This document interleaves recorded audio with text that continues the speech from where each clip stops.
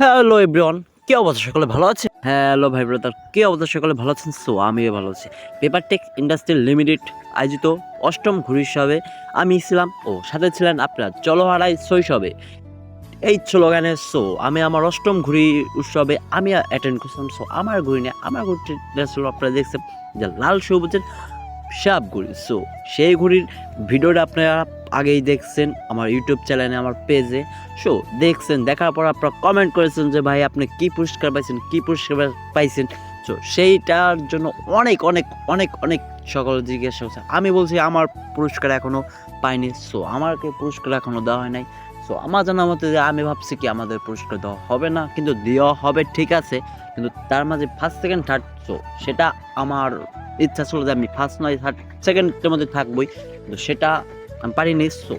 তার জন্য অবশ্যই একদিন ফোন দিয়ে বললো যে ভাই আপনার চলে আসেন অমুক তারিখে।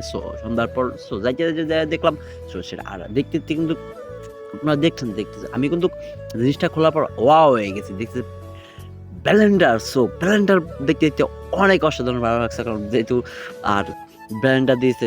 আমি দেখি অবাক, আমি ভাবছি কি না কি দিছে, সকলে জিজ্ঞেস কি না কি দিছে, কে কয়টা কি না কি, সকালে জিজ্ঞেস যে পুরস্কার কি না কি পাইছো। আমি বুঝি পরে যখন দেখার পর খোলার পর ওয়াও হয়ে গেছে।